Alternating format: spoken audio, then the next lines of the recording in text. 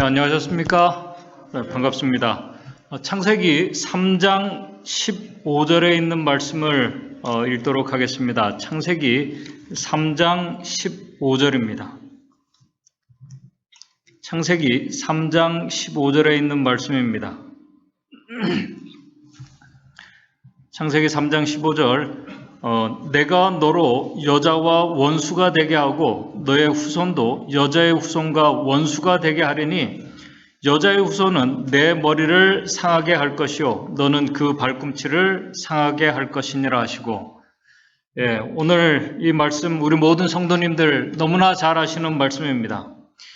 기독교 안에서 이 창세기 3장 15절의 말씀을 원복음, 타락한 우리 조상들에게 주어진 최초의 복음이라고 그렇게 말합니다. 그런데 기독교 한편에서는 이 말씀이 어떻게 복음이 될 수 있는가라고 의문을 제기합니다. 어떻게 서로 간에 서로 원수 관계가 되고 서로를 상하게 하는 것이 복음이 될 수 있는가? 한번 생각해 보시기 바랍니다. 내가 너로 여자와 원수가 되게 하고 너의 후손도 여자의 후손과 원수가 되게 하고 서로를 상하게 하는 이것이 어떻게 복음이 될 수 있는가? 그리고 이 말씀 속에 정말 메시아에 대한 약속, 그 예언이 있는가? 그리고 이 말씀이 어떻게 아담의 후손들에게도 복음이 될 수 있는가? 그렇게 의문을 제기하는 분들 중에 창세기 3장 15절의 말씀은 사람들이 이제 뱀을 어떻게 뱀과 어떻게 두려워하는 관계가 되었는지, 그리고 왜 뱀이 기어다니며 이 흙을 먹게 되었는지 설명해주는 이 좀 허구적인 그런 우화와 같은 이야기라고 그렇게 주장을 합니다. 그렇게 주장하는 또 다른 이유 중에 하나는 창세기 바로 그 3장 14절 바로 앞에 절을 보게 되면 하나님께서 뱀에게 저주하시면서 뱀에게 종신토록 흙을 먹을지니라는 이 말씀을 하셨습니다.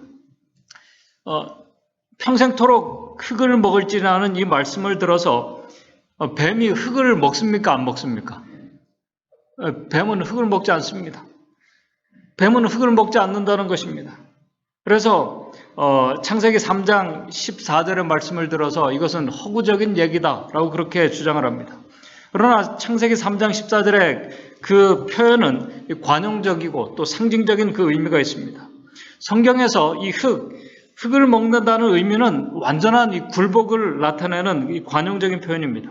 미가서 7장 17절에 열방이 뱀처럼 티끌을 핥을 것이라고 이렇게 말씀하고 있고, 이사야 49장 23절에도 열왕이 얼굴을 땅에 대고 내게 절하고 내 발에 티끌이라는 것이 바로 흙 먼지를 말하는 것입니다. 그것을 핥을 것이라고 말씀하고 있습니다.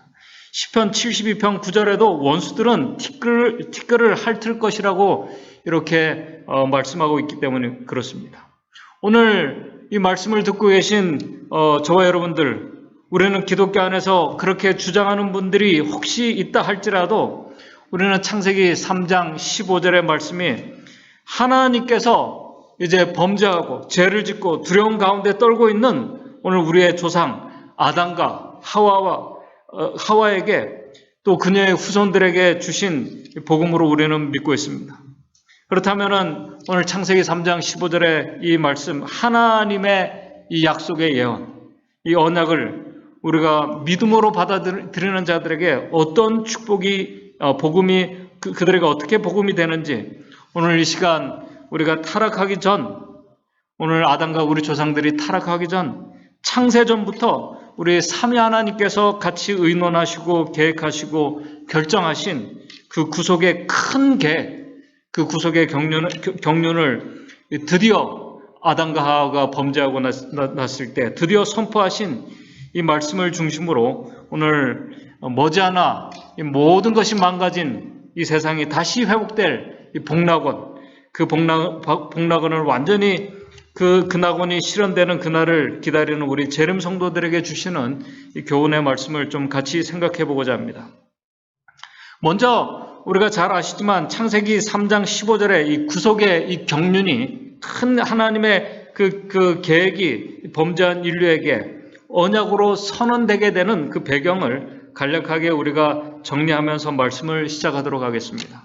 잘 아시는 것처럼 창세기 1장과 2장은 하나님께서 창조하신 그 동산은, 이 지구는 하나님의 보시기에 좋았을 뿐만 아니라 그 안에 살고 있는 우리 조상 아담과 하와는 정말 행복한 삶의 시간을 보내고 있었습니다. 그러던 그들이 창세기 3장에 와서 하나님의 말씀에 매일 순종하며 살던 그들이 어느 날 하나님의 말씀에 불순종하며 이제 타락한 사건이 일어나게 됩니다. 그 사건이 우리 창세기 2장 17절에 하나님께서 이 에덴 동산에 모든 것을 먹게 하시고 금하신 금단의 열매인 선악과를 금하신 그 선악과를 우리 조상들이 따먹게 됩니다. 그 금하신 과일 하나를 맛보고 먹은 것, 그분의 말씀에 정말 이거 하나 불순종한 것, 그것이 정말 죽을 죄인가? 그의 후손들까지, 우리 아담과 하와의 후손들까지 정말 죽어야 할 죄인가? 그것은 너무나 가혹하고 잔인한 것이 아닌가? 그렇게 생각할 수 있습니다. 그러나 오늘 우리 조상들이 그날 하나님의 말씀에 불순종하며 이 선악과를 따먹은 그 행위는 그냥 하나님의 말씀을 한번 듣지 않는 것, 불순종한 것, 그 이상의 의무가 있습니다. 그것은 뭐냐면은 우리 조상들이 이제는 그것을 먹는 그 순간부터 이제는 하나님이 아닌 사단을 그들의 통치자로 그들이 선택했다는 의미입니다. 그들의 이제 주인이 하나님이 아니라 사단을 그들의 주인으로 선택했다는 말씀입니다. 그것을 우리 증언의 말씀에 우리에게 말씀해 주고 있습니다. 그래서 우리 증언의 말씀은 그때부터 사단은 이 세상에, 우리 고린도후서 4장 4절 말씀처럼 이 세상의 신이 된 것입니다. 우리 창조주의 손에 의해서 아름답고 행복하게 창조된 우리 조상들이 이제는 창조주가 아닌 죄의 창시자인 사단의 지배를 받겠다고 선택한 것입니다. 그들의 주인이 창조주가 아니라 사단이 된 것입니다. 어떻게 인간이 그런 선택을 할 수 있을까? 여러분, 그래서 우리가 죄라는 것이 우리가 보여지는 것만 그런 것이 아니라 어떤 행위만 그러는 것이 아니라 죄라는 것은 참 신비하고 오묘한 것입니다. 정말 신비하고 오묘한 것입니다. 증언의 말씀에서 죄는 설명할 수 없는 신비라고 그렇게 해서 말씀하고 있는 것입니다. 어떻게 완전했던, 죄를 알지 못했던 우리 조상들이 어떻게 죄를 선택하게 됐을까? 우리가 온전히 설명을 할 수가 없습니다. 그래서 신비라고 또 말하고 있기도 하는 것입니다. 우리 조상들의 그 순간의 잘못된 선택으로 결국 하나님과 인간 사이에는 소원한 관계가 아니라 우리 로마서 5장 10절 말씀처럼 원수 관계가 된 것입니다. 오히려 사단과 연합하는 황당한 일이 벌어진 것입니다. 이 일을 어떻게 수습할 수 있는가? 우리 조상들이 범죄하자마자 하나님과 인간관계에 변화가 일어났습니다. 범죄하기 전에는 결코 하나님에 대해서 우리 아담과 하와는 두려운 마음이 없었습니다. 그런 마음이 없었던 그들에게 이제 하나님에 대한 두려운 마음이 생기게 된 것입니다. 우리 창세기 3장 8절을 보게 되면은 그들을 찾아오신 하나님을 그들이 볼 수가 없는 것입니다. 그래서 그들을 부르시는 그 하나님의 음성을 듣고 우리 3장 8절에 보게 되면은 여호와의 낯을 피하여 동산 나무 사이에 숨는 일이 처음으로 이제 일어나게 된 것입니다. 그때 하나님께서 우리 조상들에게 3장 11절에 네가 어떻게 해서 벗은 것을 알게 되었고 그리고 그 먹지 말라고 명한 그 나무의 실과를 왜 먹었느냐라고 질문하십니다. 바로 여기서 우리의 조상들은 그들이 지금 누구의 영향을 받고 누구의 지배를 받고 있는지 그들의 대답에서 우리는 발견할 수 있습니다. 어찌 보면 잘못한 사람들의 자연스러운 모습 같지만은 그들의 타락은 지금까지 서로를 아껴주고 생각해주고 보호해주던 이 부부 사이에 변화가 일어났음을 우리가 알 수 있습니다. 우리 12절에 보게 되면 자신의 잘못을 인정하기보다는 우리 아담이 그 책임을 다른 사람에게 떠넘깁니다. 하나님께서 만들어주신, 창조하신 저 여자 때문에 내가 그렇게 되었다는 것입니다. 내가 저 여자 때문에 선악과를 따먹게 되었다는 것입니다. 하나님께서 여자에게 묻습니다. 하와에게. 여자는 하나님께서 창조하신 뱀 때문에 이 일이 벌어졌다고 말씀합니다. 결국 그 모든 원인은 하나님 때문에 지금 이 모든 사태가 벌어졌다는 것입니다. 하나님 잘못이라는 것입니다. 죄인의 모습입니다. 그런데 바로 여기서 하나님께서는 아담과 하와에게 너희들이 이제 왜 불순종했는지 아담과 하와에게는 물었지만은 뱀에게는 묻지 않습니다. 그 이야기를 다 들은 하나님께서 이제 3장 14절에게 뱀에게 저주의 선고를 바로 내립니다. 사실 이 저주는 뱀과 뱀을 조정한 이 사단에게 내린 선고였습니다. 하나님께서 묻지 않은 이유가 있습니다. 그 이유는 이미 이 뱀을 조정한 사단은 하늘에서 이미 선고를 받았기 때문입니다. 그래서 창세기 3장 14절은 이 사단의 도구가 된 이 뱀과 사단에게 내린 선고입니다. 이제 3장 14절과 15절은 여호와께서 여호와 하나님이 뱀에게 이르시되 내가 이렇게 하였으니 네가 모든 육축과 들의 모든 짐승보다 더욱 저주를 받아 배로 다니고 종신토록 흙을 먹을지니라.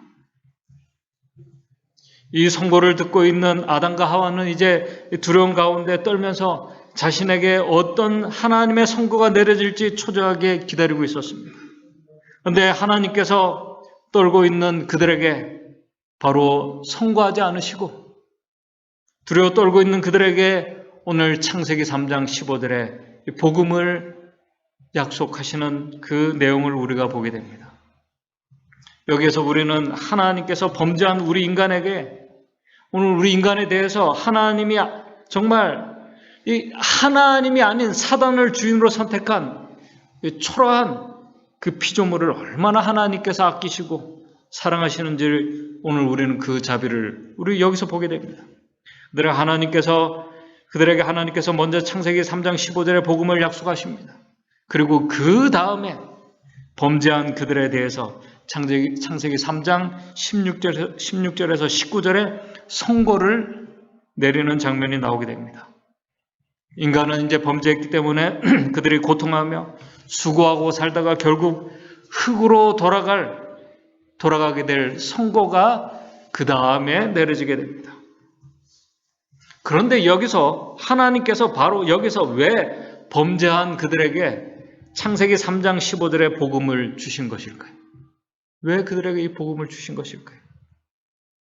내가 너로 여자와 원수가 되게 하고 너의 후손도 여자의 후손과 원수가 되게 하리니 여자의 후손은 내 머리를 상하게 할 것이요 너는 그의 발꿈치를 상하게 할 것이냐 하시고 이 말씀은 결코 복음으로 들리지 않습니다. 원수 관계를 맺고 그 다음에 서로를 다치게 하고 상하게 하는 이것이 어떻게 복음이 될 수 있습니까? 이 말씀의 의미를 오늘 우리가 이해하기 위해서는 이것을 우리가 복음으로 받아들이기 위해서는 아까 앞에서 잠시 언급한 것처럼 아담과 하와의 이 타락이 그들이 하나님께서 금하신 금단의 열매를 먹기로 선택한 것이 그냥 하나님의 말씀에 불순종한 것이 그 이상의 의미가 있다는 것입니다. 사실 우리 조상들이 사단의 게임을 받고 그들이 죄를 범했지만은 그 결과는 그들이 하나님이 아니라 이제 사단의 통치를 받겠다는 것입니다. 그러므로 이제 우리 조상들은 사람들은 이제부터는 인간과 사단은 원수지간이 아니라는 것입니다. 원수지간이 아니에요. 여러분들 이 말씀을 잘 기억하셔야 됩니다. 창세기 3장 15절이 원수가 되게 하신다고 그러는데 원수지간이 아니에요. 서로 연합한 자들입니다. 원수는 인간과 사단과 원수가 아니라 하나님과 원수지간이 된 것입니다. 인간과 사단은 원수가 될 수 없는 관계입니다. 여기서부터 우리가 이 관계를 바로 이해해야지 창세기 3장 15절의 말씀이 왜 복음인지를 우리가 이해할 수 있습니다. 내가 너로 여자와 원수가 되게 하고 너의 후손도 여자의 후손과 원수가 되게 하려니, 바로 이 말씀을 잘 우리에게 해석해주고 있는 그 증언의 말씀이 각시대 대행투 505쪽에 있는 우리 그 30장, 제30장 인류와 사단 간의 적이라는 그 제목, 여러분들이 그 부분을 읽어보시게 되면은 이 말씀에 대한 설명이 아주 분명하게 나옵니다. 거기에 이렇게 기록하고 있습니다. 이 원수 관계는, 인간과 사단이 서로 원수 관계가 되는 이 관계는 선천적으로 되지 않는다. 그것은 불가능하다는 것입니다. 선천적으로라는 말은 태어날 때부터 범죄한 인간과 사단은 원수지간이 될 수 없다는 것입니다. 서로 원수지간이 되는 것은 불가능하다는 것입니다. 왜? 그들은 하나님이 아닌 사단과 연합했기 때문입니다. 자신의 주가 하나님이 아니라 사단인데 어떻게 사단과 원수지간이 될 수 있습니까? 우리가 아무리 선한 행위를 하고 우리가 아무리 착한 일을 많이 한다고 해도 사단과 원수지간이 될 수 없다는 것입니다. 선천적으로 우리 증언의 말씀에 선천적으로 인간과 사단 사이에는 원수지간이 되는 것이 불가능하다는 것입니다. 바로 이 이유 때문에 창세기 3장 15절에 이 복음이 우리에게 필요한 것입니다. 하나님의 아들, 바로 여자의 후손, 여자의 여자의 씨이신 메시아가 오셔야만 된다는 것입니다. 하나님께서 개입하셔야만 인간과 사단 사이에 원수가 될 수 있다는 것입니다. 그 이유를 우리 각시대 대행투 505쪽에서 계속해서 이렇게 말하고 있습니다. 여러분들 잘 들어보시기 바랍니다. 선악과에 손을 떼고 인류가 하나님의 율법을 범했으므로 그의 본성은 악해졌다. 그리하여 그는 사단과 조화되고, 우리 증언의 말씀에 각시대 대행투에 그렇게 기록하고 있습니다. 사단과 조화되고, 인간은 사단과 조화되고 불목하지 않게 되었다.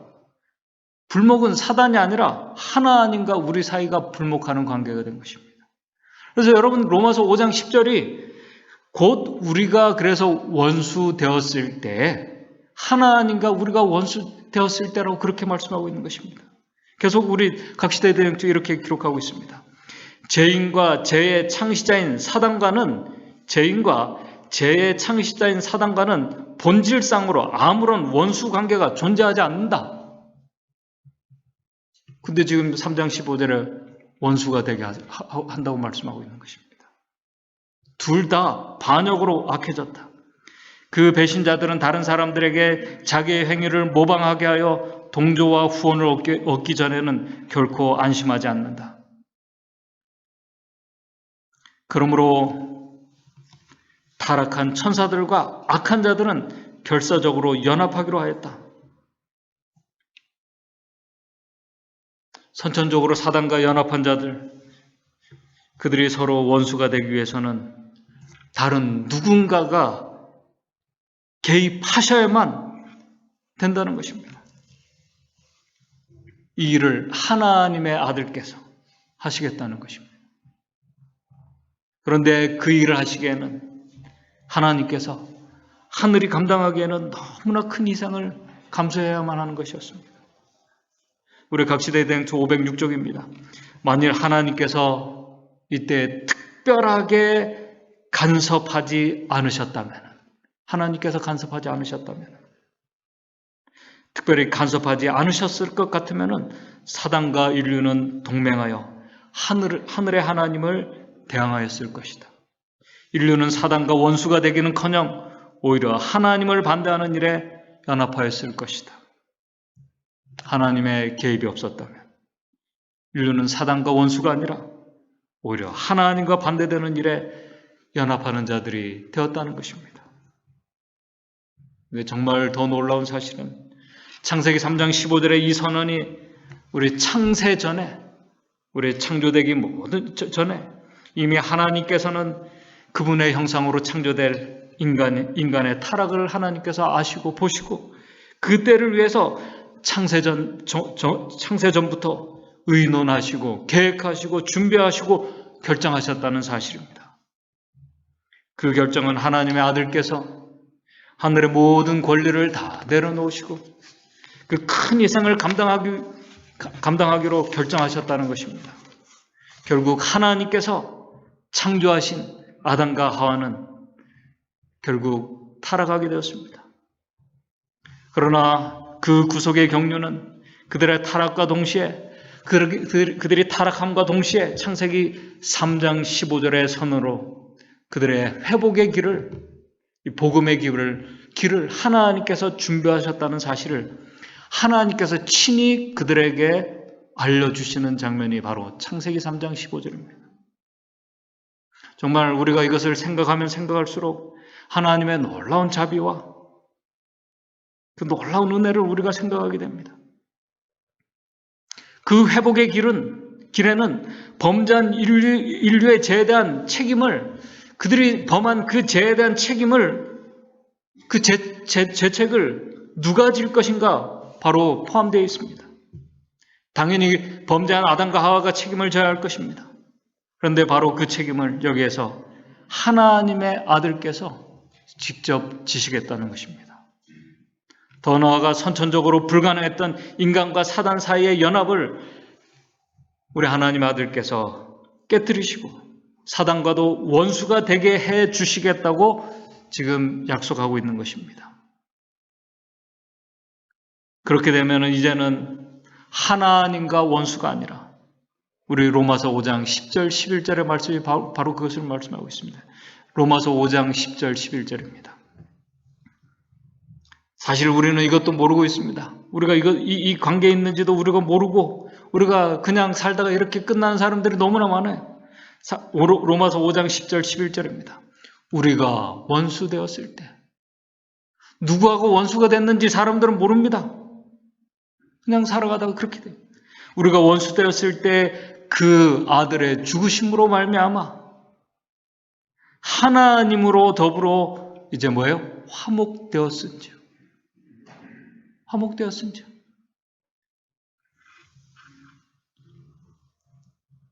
화목된 자로서는 더욱 그의 살으심을 인하여 구원을 얻을 것이니라. 11절 이뿐 아니라 이제 우리로 화목을 얻게 하신 우리 주 예수 그리스도로 말미암아 하나님 안에서 또한 즐거워할 수 있는 그 놀라운 은혜를 얻게 된 것입니다. 그래서 우리 정로의 계단 35쪽에 그 놀라운 사랑이 하나님께서 그리스도 안에 계시사 세상을 자기와 화목하게 하셨다고 그렇게 말씀하고 있습니다. 하나님과 화목을 회복한 자들, 이제는 불가능했던 사단과 원수가 되는 것입니다. 사단의 자녀였던 우리들이, 죽을 수밖에 없는 우리들이 하나님의 자녀가 되는 특권을 얻게 된 것입니다. 그러므로 오늘 우리가 예수 그리스도의 은혜를 우리가 믿음의 눈으로 보고 그 은혜를 정말 우리가 깨닫고 우리의 마음속에서 정말 죄에 대해서, 그리고 우리가 불순종에 대해서 죄에 대한 죄책감을 느끼며 우리가 정말 죄를 증오하고 미워하게 되고 사단에 대한 적이감을 느끼게 되고 그에 대한 증오심을 느끼게 되는 이 자체가 하나님의 개입하심이라는 것입니다. 이 개입하심이 없으면은 우리는 죄에 대해서, 사단에 대한 적이감을, 죄를 미워하는 마음이 일어나는 것은 불가능하다는 것입니다. 왜냐하면 사단과 우리는 연합된 자들이기 때문에. 바로 그 일을 하나님의 아들께서 오셔서 해주시겠다고 약속하고 계신 것입니다. 그런데 바로 이 선고를 들은 사단은, 우리 부조와 선지자 66쪽을 보게 되면은 이 선고를 들은 사단은 이제부터 사단은 자기와 여인, 자기의 자손과 여인의 자손 사이에 증오심이 있게 되리라는 것을 들었을 때 이제 인간 본성을 타락시키려는, 우리 인간의 본성을 타락시키려는 자신의 사업이 방해를 받을 것과, 이제 자신의 사업이 사단의 일들이 방해를 받을 것과, 어떤 수단을 사용해서, 사람이 어떤 수단을 사용하여, 사람이 아까 불가능합니다. 사단과 화목하는 것은 불가능해요. 그렇지만 사람이 어떤 수단을 사용하여 사람이 다시 말해서 사단의 세력을 저항할 수 있게 되리라는 것을 이제 사단도 알게 되었습니다.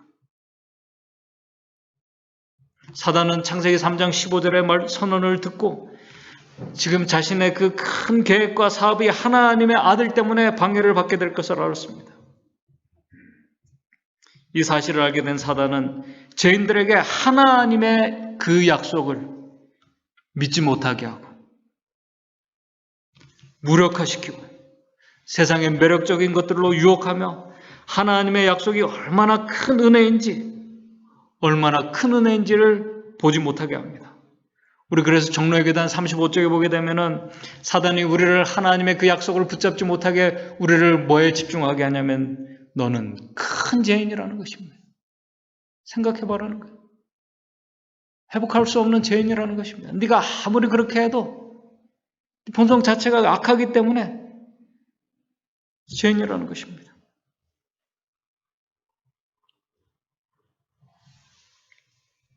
인간 자신이 어떤 존재인지를 우리가 알아야 됩니다. 그래서 우리 종로의 계단에 이렇게 말씀합니다. 너는 큰 죄인이라. 바로 그때 사단이 그렇게 주장할 때 우리가 어떻게 해야 되는가? 그대는 그대의 구주를 쳐다보고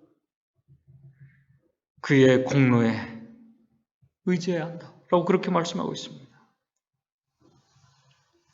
사단은 끊임없이 하나님의 이 약속과 이 약속을 보지 못하고 하나님의 그 구속의 큰 계획을 무력화시키려고 지금도 노력을 하고 있습니다.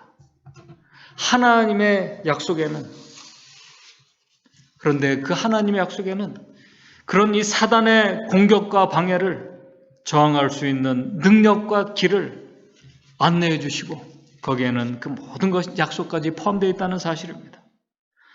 복음으로 안내해 주는 그 길, 그 약속의 길을 기억하게 해주는 길이 바로 이 약속에 포함되어 있는데 그것을 우리에게 알려주신 그 하나의 예식이 있는데 그것이 바로 뭐냐면은 바로 희생제사 제도입니다.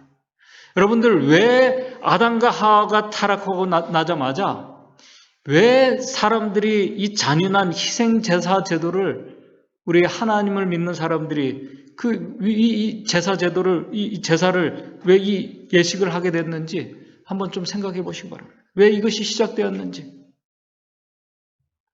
바로 이 희생 그 제사 제도가 이 예식을 통해서 우리는 사단의 그 공격과 사단의 유혹과 그것을 우리가 저항하고 사단의 그 공격을 이길 수 있는 힘, 그것을 우리가 그 제사 제도에서 우리가 발견하게 됩니다. 거기서 복음을 발견하게 됩니다.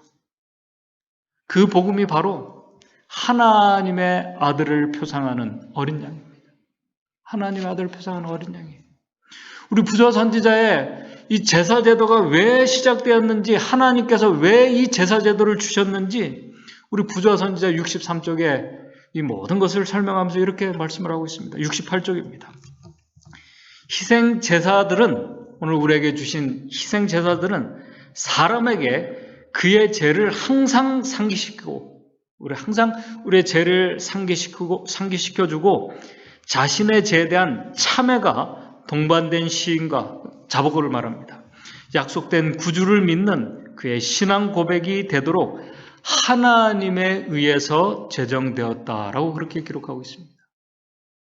그것들은 타락한 인류에게 죽음을 가져온 것은 오늘 우리가 죽을 수밖에 없는 운명이라는 이 죽음을 가져온 것은 죄라는 엄숙한 진리를 깊이 명심시키려고 제정되었다. 아담에게 있어서 첫 희생제사는 한번 생각해 보시기 바랍니다. 아담은 이제 범죄했습니다. 그리고 이제 하나님께서 희생제사를 드리라고 하셨어요. 그래서 아담이 이제 그가 이제 에덴 동산에서 쫓겨나고 이제 그가 첫 희생 제사를 드린다고 한번 생각해 보시기 바랍니다. 여러분들이 희생 제사를 드린다고 우리가 한번 생각해 보시기 바랍니다. 아담에게 있어서 첫 희생 제사는 가장 고통스러운 의식이었다. 왜요? 그의 손은 하나님만이 주실 수 있는 생명을 취하기 위해서 이제 칼을 들려줘야만 하였다. 그는 이때 죽음을 처음으로 목도하였다. 죽음을 본 것입니다. 죽음을 처음으로 목도하였다. 그는 자신이 하나님께 순종하였더라면, 그 에덴 동산에서 하나님께서 그에게 그렇게 말씀하신 그 말씀에 순종하였다라면 사람이나 짐승이 죽는 일이 없었을 것이라는 것을 알았다. 무죄한 동물을 희생제물로 죽이면서 정말 아무 죄 없는 이 양을 그가 희생제물을 죽이면서 정말 아무 이유도 없이 죽이면서 그는 자기의 죄가 흠없는 하나님의 어린 양의 피를 흘릴 수밖에 없다는 것을 생각하고 떨었다라고 이렇게 기록하고 있습니다. 이 장면을 보고 그는 하나님의 사랑하는 아들의 죽음밖에는 속죄할 수 없는 그 죄의 중함을 더욱 깊고 더욱 생생하게 느꼈다. 그리고 그는 범죄한 자들을 구원하시려고 이처럼 놀라운 속전을 지불하시라는 하나님의 무한한 선하심에 경탄하였다라고 우리 부자 선지자에 기록하고 있습니다. 놀라운 사랑이라고 그래서 우리 정락기도는 그렇게 기록하고 있습니다. 사단의 공격과 방해, 죄에 대해서 우리가 승리하며 하나님의 자녀로 회복할 수 있는 길을 가게 하신 힘이 바로 이 어린 양 앞에 있다는 사실입니다. 자신의 죄를 기억하고 우리가 그 십자가 앞에서 달리신 그 어린 양이신 예수 그리스도를 통해서 우리의 죄를 기억하고 우리가 보게 되는 것입니다.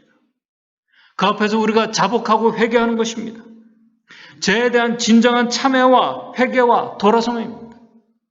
그렇게 할 수 있는 그 힘은, 그리고 거기서 우리가 얻을 수 있는 유일한 희망은 바로 거기서 하나님의, 우리 창세기 3장 15절에 주신 하나님의 약속을 믿고 우리가 믿음으로 받아들이는 것입니다. 회개와 그리스도를 믿음으로 받아들이는 이 일을 통해서 우리는 하나님의 자녀로 회복되는 놀라운 특권과 그 동시에 죄와 사단의 유혹을 물리치는 힘을 얻게 됩니다. 하나님께서 희생 제사를 드리라고 하신 그 이유가 바로 여기 있는 것입니다. 그러나 오늘 우리는 우리가 희생 제사를 우리가 직접 양을 잡고 짐승을 잡고 드리지 않습니다. 드리지 않지만 오늘 우리가 이 코로나 속에서도 오늘 우리의 이 예배 속에서 아까 우리 장로님 기도하셨던 것처럼 우리가 우리의 죄에 대한 깊은 참회와 우리가 회개와 자복이 우리가 있어야 합니다. 그리고 오늘 우리의 예배의 중심에 오늘 우리를 살리기 위해서 죽음을 당하신 어린 양께서 우리 가운데 우리의 중심에 있어야 하는 것입니다. 그리고 우리가 어린 양을 생각하고 그것을 묵상하면서 우리는 거기에서 하나님의 약속을 또한 우리가 기억해야 합니다. 그리고 우리를 위해서 주신 그 약속을 붙잡고 우리 마음속에 깊이 우리가 간직해야 합니다. 그것이 얼마나 소중한지를 우리가 이 어린 양 앞에서 십자가 앞에서 우리가 깨달아야 합니다. 이 과정이 바로 사단과 싸움에서 승리할 수 있는 힘이라는 사실입니다. 그렇게 하나님의 말씀에 순종하는 자들에게 또 하나님께서 지혜와 능력을 주십니다. 바로 창세기 3장 15절의 이 원복음, 이 약속을 실현하시기 위해서 우리 갈라디아서 4장 4절을 보시게 되면 하나님의 아들께서 우리 갈라디아 4장 4절에 때가 참에, 하나님께서 정하신 때가 참에 하나님이 그 아들을 보내사 여자에게서 나게 하시며 이 구속의 경륜을 실행하기 위해서 하나님의 아들께서 직접 때가 참에 오셨습니다. 사실 우리는 놀랍고 다 이해할 수 없는 이 구속의 경륜, 우리가 영원토록 우리가 구원받은 자들이 공부해야 할 그 구속의 계획은 우리가 잘 모릅니다.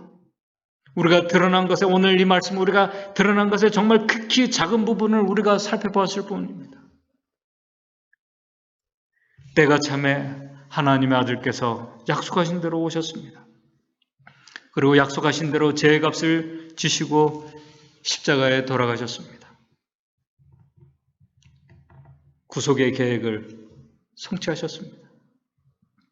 그리고 3일 만에 부활하셨습니다. 그리고 하늘에 다시 가셨습니다. 하나님의 구속의 그 계획과 그 계획, 그 경륜은 여기에서 맞춰진 것이 아닙니다. 그리고 하늘로 가시면서 그분이 다시 오시겠다고 약속하셨습니다. 그것이 바로 하나님의 구속의 경륜, 그 계획 속에 포함되어 있는 계획입니다. 예수 그리스도의 하나님 아들의 다시 오심, 예수 그리스도의 재림도 그분의 구속의 큰 경륜 계획 속에 있는 사건입니다. 그러나 예수 그리스도의 재림은 이 구속의 경륜이 이제 완전히 성취되는 최고의 절정의 사건이 될 것입니다. 예수 그리스도의 다시 오심은 이제 그분을 믿는 자들을 완전히 이제 완전한 구속이 성취되는 그 사건뿐만 아니라 바로 이제 이 우주의 죄를 가져온 사단도 완전한 이제 종말을 고하게 되는 사건이 될 것입니다. 예수 그리스도의 다시 오심으로 죄는 이제 이 세상에, 이 우주에 다시는 존재하지 않게 될 것입니다. 그때는 우리 요한계시록 말씀에 있는 것처럼 다시는 사망이 없을 것입니다. 다시는 애통하는 것이나 곡하는 것이나 오늘 우리를 이 코로나 때문에 근심하게 하고 두려워하게 하는 아픈 것이 다시는 있지 않게 될 것이라고 약속하고 있습니다. 그때는 온 우주는 행복과 찬양과 감사의 그 찬양만 울려 퍼지게 될 것이라고 증언하고 있습니다. 하나님은 사랑이시다. 찬양하게 될 것입니다. 때가 차면, 때가 찼을 때 우리 예수님께서 초림으로 오셨던 것처럼 때가 차면 이제 그 모든 것을 완성하시기 위해서 예수 그리스도께서 오실 것입니다. 그 기쁨의 자리에 저와 여러분들, 우리 믿음의 성도들, 우리의 믿음의 가족들 모두가 함께 있게 되기를 간절히 바라면서 오늘 말씀을 마치겠습니다. 하늘에 계신 하나님 아버지, 오늘 우리가 아무리 선을 행하고 우리가 아무리 착하게 살아도 우리는 결국 죽을 수밖에 없는 그런 비참한 운명을 가진 존재라는 사실을 우리가 다시 한번 깨닫게 됩니다.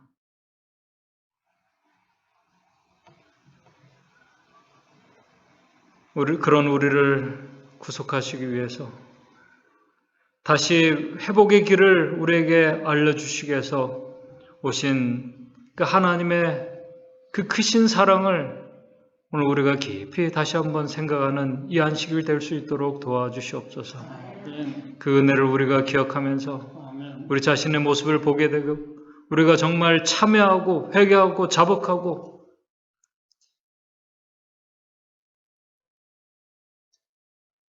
그러면서 우리가 하나님께로 돌아가고 그 십자가 앞에서 우리에게 주신 그 귀한 그 약속을 우리가 볼 수 있도록 도와주시고 그 약속을 오늘 우리가 우리의 마음속에 믿음으로 간직할 수 있는 우리 모든 성도들 될 수 있도록 주님 인도해 주시옵소서. 그래서 정말 모든 것이 회복되는 그 영광스럽고 기쁨, 정말 그 주님의 오심의 그 자리에 우리 모든 성도들, 우리 믿음의 가족들 다 같이 함께 설 수 있도록 주님 인도해 주시옵소서. 예수님의 이름으로 기도드리옵나이다. 아멘.